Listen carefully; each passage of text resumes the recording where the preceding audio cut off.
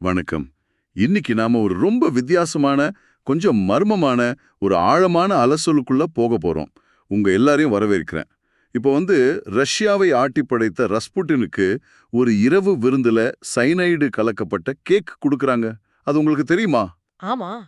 Cake மட்டும் இல்ல. அவங்க ஒயின்லயும் அந்த விஷத்த கலந்து குடுத்தாங்க. கரெக்ட். ஒயின்லயும் விஷம். அந்த ஒயின்ல கலந்திருந்த விஷம் பாத்தீங்கன்னா, ஒரு யானையே சில நிமிஷங்கள்ல சரிச்சிடக்கூடிய அளவுக்கு ரொம்ப வீரியமானது.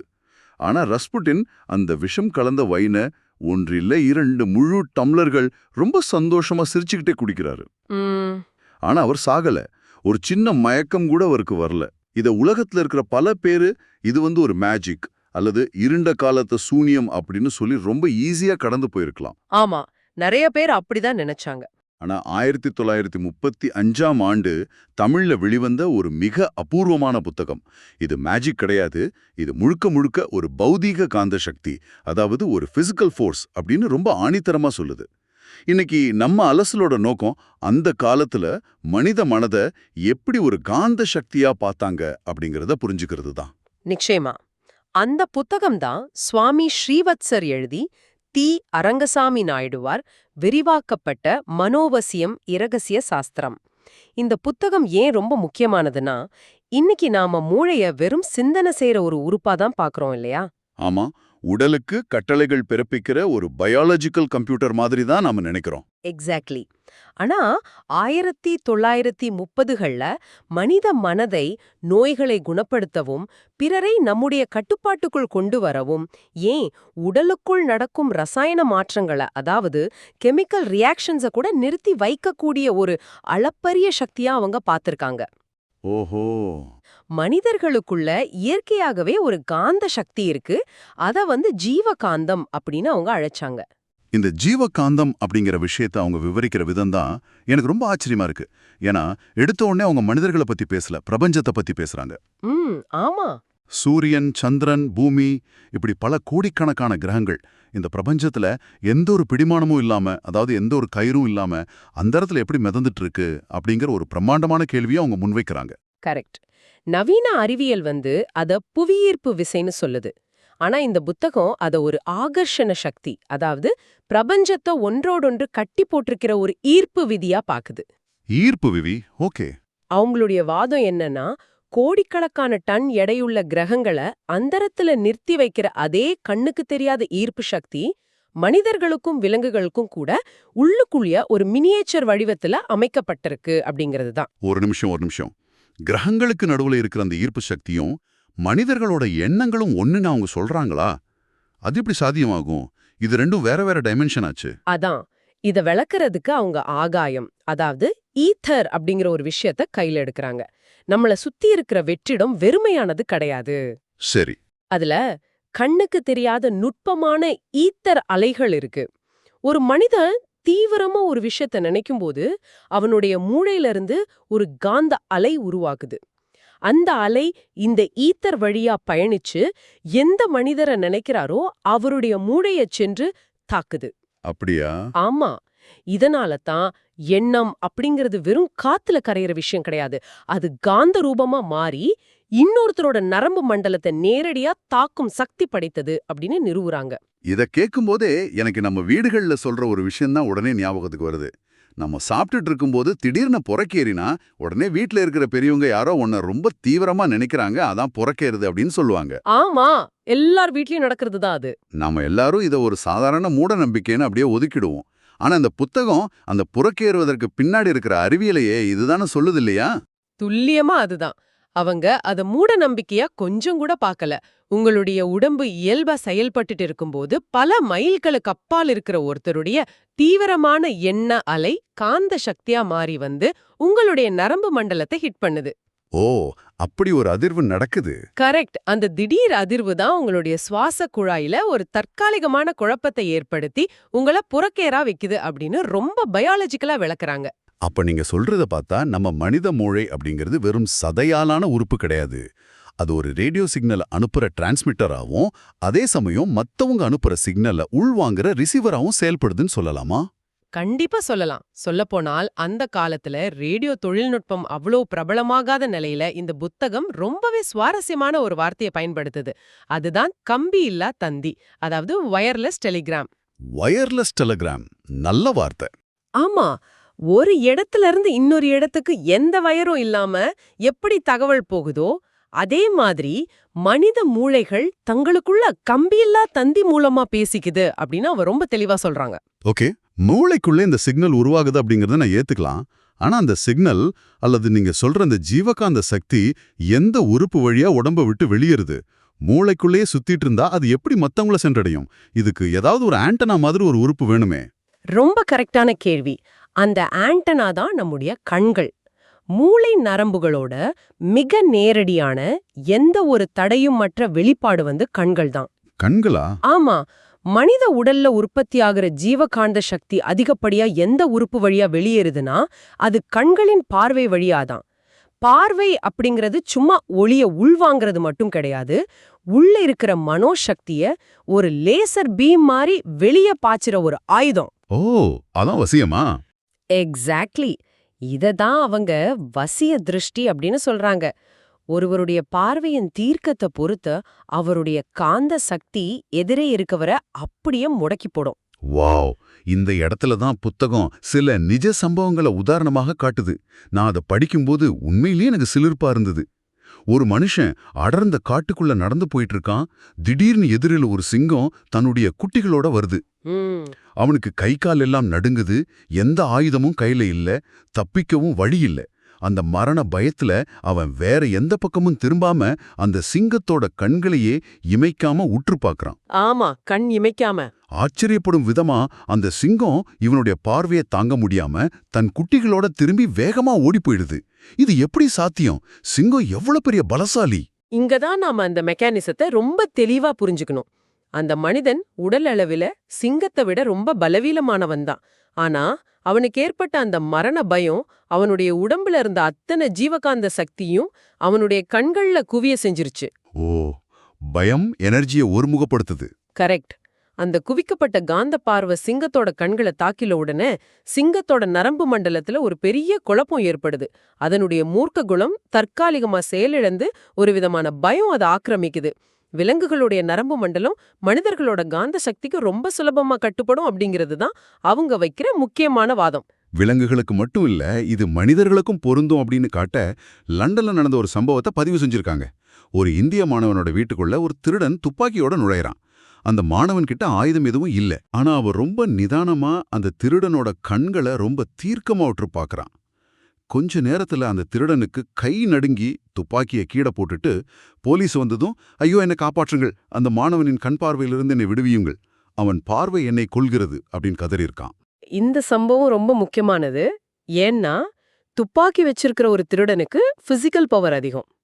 ஆனா அந்த மாணவள் தன்னுடைய மன வலிமைய, தன்னுடைய வில் பவரை கண்களின் வழியா பாய்ச்சும்போது அந்த திருடனோட மூளை அதை தாங்க முடியாம பயத்துல உறைஞ்சு போகுது. ஒரு பேரலைசிஸ் மாதிரி. ஆமா, இது ஒரு வகையான சைக்கலாஜிக்கல் பேரலைசிஸ்.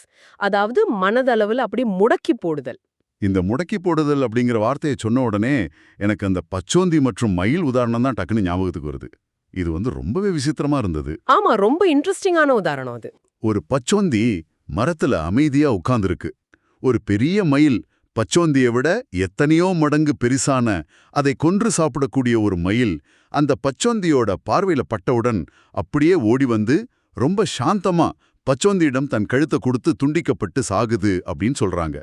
ஒரு பார்வை ஒரு உயிரினத்தை இந்த அளவுக்கு ஹிப்னடைஸ் பண்ண முடியுமா? விலங்கு உலகத்துல இது ரொம்ப சகஜமான ஒரு விஷயம்தான். பச்சோந்தி எப்போதுமே ரொம்ப அமைதியா இருக்கும்.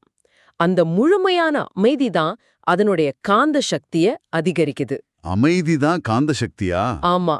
அந்த காந்த பார்வை மயிலின் மேல பட்ட உடனே மயிலின் நரம்பு மண்டலத்துல இருக்கிற தற்காப்பு உணர்வு முற்றிலும் செயலிழந்து போயிடுது. ஒரு காந்தம் இரும்பை எப்படி இழுக்குமோ அதே மாதிரி அந்த மயிலின் உடல் அதனுடைய கட்டுப்பாட்டை மீறி பச்சொந்தியை நோக்கி இழுக்கப்படுது. அந்த இடத்துல மயிலின் சிந்திக்கும் திறன் அல்லது தப்பிக்கும் திறன் முற்றிலுமா முடக்கப்படுது. அப்போ ஒரு பார்வைக்கு இவ்ளோ சக்தி இருக்குன்னா இதை பயன்படுத்தி உலகத்தையே மாற்றி அமைத்த மனிதர்கள் கண்டிப்பா இருந்திருக்கணும் இல்லையா? சரியா கேட்டீங்க. அதுக்காக தான் அவங்க ரஷ்ய வரலாற்றையே மாற்றி அமைத்த ரஸ்புட்டின் அப்படிங்கிற ஒரு மனிதனை ஒரு பெரிய கேஸ் ஸ்டடியா எடுத்து நமக்கு விளக்குறாங்க. முசோலினி மாதிரி, தாமஸ் ஆல்வா எடிசன் மாதிரி பல பேருக்கு இந்த அதீத சக்தி வலிமை இருந்ததா சொன்னாலும் ரஸ்புட்டினின் கதை தான் இந்த காந்த சக்திக்கு உச்சக்கட்ட உதாரணம். ஆமா, ரஸ்புட்டின் கதை நம்ம ஆரம்பத்துல பேசின அந்த சயனைட் சம்பவம் மட்டும் இல்ல, அவரோட மொத்த வாழ்க்கையுமே ஒரு பெரும் புதிரா தான் இருக்கு. ரஷ்ய அரண்மனையில மகாராணியோட மகளுக்கு ரத்தம் உறையாத ஒரு கொடிய நோய். ஹீமோஃபீலியா. கரெக்ட். ஐரோப்பாவுல இருக்கிற மிகச்சிறந்த மருத்துவர்கள் எல்லாம் வந்து பார்த்துட்டு இனி இவனை காப்பாற்ற முடியாதுன்னு கைவிட்டனல. அந்த நேரத்துல தான் ரஸ்புட்டின் அரண்மனைக்கு வர்றாரு. அவர் எந்த விதமான பச்சிலையோ மருந்தோ அந்த பையனுக்கு கொடுக்கல. ஆமா, வெறும் கைகளால தான். அவனுடைய கண்களை உற்று நோக்கி கைகளால் அவன் தலையையும் நெஞ்சையும் தடவி தன்னுடைய மென்மையான பேச்சாலேயே அந்த பையனோட நரம்பு மண்டலத்தை அமைதிப்படுத்தி அவனை குணப்படுத்துறார். இத பார்த்த மகாராணி அவரை ஒரு கடவுள் மாதிரியே பார்க்க ஆரம்பிச்சிட்டாங்க. மொத்த ரஷ்ய அரசாங்கமும் அவருடைய விரல் நுனியில வந்துருச்சு. இது எப்படி நடந்துச்சுன்னு நீங்க நினைக்கிறீங்க? ராஸ்பியூட்டன் தன்னுடைய உடம்புல சேமிச்சு வச்சிருந்த அபாரமான ஜீவகாந்த சக்திய தன்னுடைய பார்வையின் மூலமாகவும் தொடுதலின் மூலமாகவும் அந்த நோய்வாய்ப்பட்ட இளவரசனின் உடலுக்குள் செலுத்துறாரு. ஓ, எனர்ஜி டிரான்ஸ்ஃபர் பண்றாரு. எக்ஸாக்ட்லி. அந்த பையனோட உடம்புல இருந்த குழப்பமான கெமிக்கல் பேலன்ஸ இவருடைய காந்த சக்தி சீர் செய்யுது. இதுதான் அவரை உச்சக்கட்ட அதிகாரத்துக்கு கொண்டு போகுது. ஆனா அதே அதிகாரம் அவருக்கு நிறைய எதிரிகளையும் உருவாக்குது. ஆமா, அரண்மனையில இருக்கிற இளவரசர் யூசுஃபோவ் மற்றும் அவருடைய சகாக்கள் ரஸ்பியூட்டினை கொலை செய்ய திட்டம் போடுறாங்க. இங்க தான் நம்ம ஆரம்பத்துல பேசினா அந்த கிளைமேக்ஸ் சீன் வருது. ஒரு இரவு விருந்துல சயனைடு கலக்கப்பட்ட கேக்கையும் வைனையும் அவருக்கு கொடுக்கறாங்க. ரஸ்பியூட்டின் அதை சாப்பிடுறாரு. ஆனா அவருக்கு எதுவுமே ஆகல. இங்கதான் நான் ஒரு நிமிஷம் உங்களை நிறுத்தணும். இது எனக்கு சுத்தமா நம்ப முடியாது இல்ல. ஒரு திருடனை பார்த்து பயமுறுத்துறதோ அல்லது காட்டுல சிங்கத்தை விரட்டுறதோ ஒரு விதமான உளவியல் பயம், ஒரு சைக்கலாஜிக்கல் எஃபெக்ட் அப்படின்னு நம்ம ஈஸியா எடுத்துக்கலாம். ஆமா, அது சைக்காலஜி. ஆனா விஷம், சயனைடு அப்படிங்கிறது ஒரு ரசாயனம். அதுக்கு பயம் கிடையாது, அதுக்கு மூளை கிடையாது. அது ரத்தத்துல கலந்த உடனே உயிரணுக்களை அழிச்சு மூச்சு திணறலை ஏற்படுத்தும். ஒரு மனிதன் தன்னுடைய மனதை அடக்குவதன் மூலியமா ஒரு பயாலஜிக்கல் கெமிக்கல் ரியாக்ஷனை எப்படி நிறுத்த முடியும்? அறிவியல் படி இது எப்படி சாத்தியம்? உங்களுடைய இந்த புஷ்பேக் ரொம்ப ரொம்ப நியாயமானது. இன்னைக்கு இருக்கிற மாடர்ன் மெடிக்கல் சயின்ஸ் படி பார்த்தா இது சாத்தியமே இல்லைன்னு தான் சொல்ல தோணும். ஆனா 1935 எழுதப்பட்ட இந்த சாஸ்திரம் மனித உடலையும் மனதையும் பிரிக்க முடியாத ஒரு ஒன்றிணைந்த அமைப்பை பாக்குது. ஓகே. அவங்க என்ன சொல்றாங்கன்னா, சித்த வலிமை, அதாவது முழுமையான வில் பவர் இருக்கும்போது ஒரு மனிதனால் அவனுடைய ஆட்டோனாமிக் நர்வஸ் சிஸ்டத்தை, அதாவது தன்னிச்சையாக செயல்படும் நரம்பு மண்டலத்தை கூட தன் கட்டுப்பாட்டுக்குள் கொண்டு வர முடியும். அதாவது தன்னுடைய உடம்புக்குள்ள நடக்கிற ஜீரணத்தையோ ரத்த ஓட்டத்தையோ அவரே கண்ட்ரோல் பண்ணாருன்னு சொல்றீங்களா? எக்ஸாக்ட்லி. ரஸ்புட்டனுக்கு தன்னிடம் இருந்த காந்த சக்தி மேல அபாரமான நம்பிக்கை இருந்தது. அந்த விஷம் கலந்த வைன் உள்ள போன உடனே அவர் தன்னுடைய முழு மனோசக்தியையும் பயன்படுத்தி தன்னுடைய இரைப்பையில நடக்கிற அந்த கெமிக்கல் அப்சார்ப்ஷனை தற்காலிகமா நிறுத்தி வைக்கிறார். வாவ், அப்சார்ப்ஷனே நிறுத்திட்டாரா? ஆமாம், விஷம் உடம்புக்குள்ள போயிருச்சு. ஆனா அது ரத்தத்துல கலக்காம அவருடைய சித்த வலிமை தடுத்து நிறுத்திது. நரம்பு மண்டலம் அவ்வளவு வலிமையா இருந்ததால அந்த விஷத்தின் வீரியம் அவருடைய செல்களுக்குள் ஊடுருவ முடியல. அதனாலதான் அவர் தன் கொலையாளிகளை பார்த்து வஞ்சகமாக சிரிச்சுக்கிட்டே, நீ என்ன செய்தாலும் பயன்படாது அப்படின்னு சொல்றாரு. கொலை செய்ய வந்தவங்க இவர் மனிதனே கிடையாது, ஏதோ ஒரு அமானுஷ்ய சக்தி அப்படின்னு பயந்து நடுங்கி போயிட்டாங்க. இது கேட்கவே ரொம்ப பிரம்மாண்டமா இருக்கு. அதாவது ஒருவருடைய மன வலிமை அவருடைய உடலின் உயிரியல் விதிகளையே மாற்றி எழுதும் அளவுக்கு சக்தி வாய்ந்தது அப்படின்னு அவங்க நம்பியிருக்காங்க. சரி, இப்போ ஒரு சாதாரண மனிதன், உங்களை மாதிரியோ என்ன மாதிரியோ இருக்கிற ஒருத்தர் இந்த ரஸ்புட்டின் அளவுக்கு இல்லைனாலும் ஓரளவாவது இந்த சித்த வலிமைய, இந்த ஜீவகாந்தத்தை பெற முடியுமா? இது பிறப்பிலேயே வருமா, இல்ல இதை நாம வளர்த்துக்க முடியுமா? புத்தகம் இதுக்கு என்ன வழிகாட்டுது? இது பிறப்பிலேயே சிலருக்கு அதிகமா இருந்தாலும் முறையான பயிற்சிகள் மூலமா ஒரு சாதாரண மனிதன் கூட இதை தன்னுள் உருதாக்கிக்க முடியும் அப்படின்னு புத்தகம் ரொம்ப தெளிவான செயல்முறைகளை கொடுக்குது. இதுல அவங்க சொல்ற முதல் பயிற்சி திராட்டகம். ஆமா, நான் அதை படிச்சேன். அந்த பயிற்சி ரொம்ப நுட்பமா இருந்தது. ஒரு சுவர்ல சுமார் 6 அங்குலம் அளவுக்கு ஒரு வட்டம் வரையணும். அந்த வட்டத்துக்குள்ள வெள்ளை, பச்சை, சிவப்பு அப்படின்னு பல வண்ணங்களை தீட்டிட்டு அதோட மையத்துல ஒரு கருப்பு புள்ளிய வைக்கணும். கரெக்ட். தினமும் காலையில எழுந்து அந்த கருப்பு புள்ளியையே இமைக்காம பல நிமிடங்கள் உற்று பார்க்கணும். இதத்தான் திராட்டகம்னு சொல்றாங்க. ஆனா எனக்கு என்ன கேள்வின்னா, ஒரு சுவத்துல இருக்கிற கருப்பு புள்ளிய பார்க்கறதுனால எப்படி உடம்புல காந்த சக்தி அதிகமாகும்? இதுக்கு பின்னாடி இருக்கிற மெக்கானிசம் என்ன? ரொம்ப அருமையான கேள்வி. நம்முடைய கண்கள் எப்போதெல்லாம் அலைபாயுதோ அப்போதெல்லாம் நம்முடைய மூளையில் உள்ள எண்ணங்களும் அலைபாயும். எண்ணங்கள் சிதறும்போது நம்முடைய நரம்பு மண்டலத்துல இருக்கிற காந்த சக்தி கொஞ்சம் கொஞ்சமா லீக் ஆகி வீணாயிட்டே இருக்கும். ஓ, லீக் ஆகுதா? ஆமா, நீங்க ஒரு கருப்பு புள்ளிய இமைக்காமல் உற்று பார்க்கும்போது உங்களுடைய விழிகளின் அசைவு முற்றிலுமா நிறுத்தப்படுது. விழிகள் நிலைக்கும்போது மூளையோட எலக்ட்ரிக்கல் ஆக்டிவிட்டி ஒரு ஒற்றை அலைவரிசைக்கு வருது. சிதறி போயிட்டு இருந்த அந்த எனர்ஜி எல்லாமே குவிய தொடங்குது. இத 1 வருஷமோ 2 வருஷமோ தொடர்ந்து பண்ணும்போது உங்களுடைய கண்கள் ஒரு லேசர் பாயிண்டர் மாதிரி அபாரமான சக்திய பெறும். ஓஹோ, அப்போ கண்ணை நிலைநிறுத்துறது மனதை நிலைநிறுத்துறதுக்கான ஒரு பிசிக்கல் டூல். இது கூடவே அவங்க மூச்சு பயிற்சியும் ரொம்ப முக்கியமா சொல்றாங்க இல்லையா? பிராணாயாமம், கும்பகம் அதாவது மூச்சை உள்ள நிறுத்துதல், ரேசகம் மூச்சை வெளியே விடுதல். இந்த மூச்சு பயிற்சிக்கும் காந்த சக்திக்கும் என்ன சம்பந்தம்? நீங்க சுவாசிக்கிற ஆக்சிஜன் தான் உங்க ரத்தத்தை சுத்தப்படுத்தி மூளைக்கு கொண்டு போகுது. முறையான மூச்சு பயிற்சி செய்யும்போது உங்க உடம்புல இருக்கிற நரம்புகள் எல்லாமே வலுப்பெறுது. நரம்புகள் வலுவாக வலுவாக அது அதிகப்படியான ஜீவகாந்தத்தை சேமிச்சு வைக்கிற ஒரு பேட்டரி மாதிரி மாறிடுது. ஆக ஒரு பக்கம் கண்களை ஒருமுகப்படுத்தி காந்த சக்தியை வெளியே போகாம தடுக்கிறோம், இன்னொரு பக்கம் மூச்சு பயிற்சி செஞ்சு காந்த சக்தியை உடம்புக்குள்ள உற்பத்தி பண்றோம். ஆனா இது ரெண்டையும் செஞ்சா மட்டும் போதுமா? வேற எந்த தடைகளும் இல்லையா? இங்கதான் ஒரு பெரிய கண்டிஷன் இருக்கு.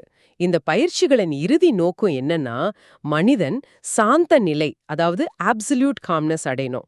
ஒரு மனிதனுக்குள் கோபம், பயம், பேராசை, பொறாமை இந்த மாதிரியான குணங்கள் வரும்போது அவனுடைய நரம்பு மண்டலம் அதிர்ச்சிக்குள்ளாகி சேமிச்சு வச்ச அத்தனை காந்த சக்தியும் ஒரே செகண்ட்ல வீணாயிடும். ஒரே செகண்ட்ல வீணாயிடுமா?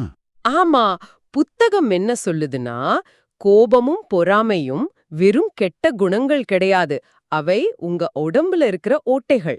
அந்த ஓட்டைகள் வழியா எனர்ஜி வெளியே போயிடும். இந்த எதிர்மறை உணர்ச்சிகளை ஒழித்து தன்னைத்தானே முழுமையா நம்புற ஒரு மனிதனால மட்டும்தான் மற்றவர்களுக்கு சிகிச்சை அளிக்கவும் முடியும், இந்த உலகத்தையே தன் வசப்படுத்தவும் முடியும் அப்படின்னு ஆணித்தரமா இந்த சாஸ்திரம் முடிக்கப்படுது. ரொம்ப பிரமிப்பான ஒரு பயணம் இது. 1935 எழுதப்பட்ட இந்த ஆவணம் மனதை வெறும் தகவல்களை ப்ராசஸ் பண்ற ஒரு கம்ப்யூட்டரா பார்க்காம பிரபஞ்சத்தோடு தொடர்புடைய எதையும் மாற்றி அமைக்கக்கூடிய ஒரு மாபெரும் பிசிக்கல் சக்தியா பார்த்த விதம் உண்மையிலே சிலிர்க்க வைக்குது. கிரகங்களை அந்தரத்துல நிறுத்தி வைக்கிற அதே சக்தி தான் ஒரு மனிதனை இன்னொரு மனிதன் பால் ஈர்க்குது அப்படின்னு அவங்க கொடுத்த விளக்கம் அறிவியல் எல்லைகளை தாண்டி மனித வளத்தின் உச்சத்தை காட்டியிருக்கு. நிச்சயமா, இன்னைக்கு இருக்கிற அறிவியலை வச்சு இதையெல்லாம் நாம அப்படியே 100% ஏற்றுக்கொள்ளாவிட்டாலும் இதன் பின்னாடி இருக்கிற ஒரு அடிப்படையான உண்மையை நம்ம மறுக்கவே முடியாது. குவியப்படுத்தப்பட்ட எண்ணங்களுக்கு, அதாவது ஃபோக்கஸ்ட் இன்டென்ஷனுக்கு உலகத்துல அளப்பரிய சக்தி இருக்கு அப்படிங்கிறது தான் அந்த உண்மை. கரெக்ட். அந்த ஒரு சிந்தனையோடவே நாம நிறைவு பகுதிக்கு வருவோம். இன்னைக்கு உங்களை யோசிக்க வைக்கிற ஒரு சிந்தனை இதுதான். இந்த புத்தகம் மனதை குவிப்பதன் மூலமும் ஒரு புள்ளியை உற்று நோக்குவதன் மூலமும் ஒரு மனிதனால் உலகத்தையே தன் வசப்படுத்த முடியும், ஒரு கொடிய விஷத்தை கூட முறியடிக்க முடியும் அப்படின்னு சொல்லுது. ஆனால் இன்னைக்கு நம்மளுடைய நிலைமையை கொஞ்சம் யோசித்து பாருங்க. ஒவ்வொரு நிமிடமும் நம்முடைய கவனம் பல டிஜிட்டல் திரைகளிலும், நோட்டிபிகேஷன்களிலும், சோஷியல் மீடியாவிலும் தொடர்ந்து சிதறடிக்கப்பட்டு கொண்டே இருக்கிறது.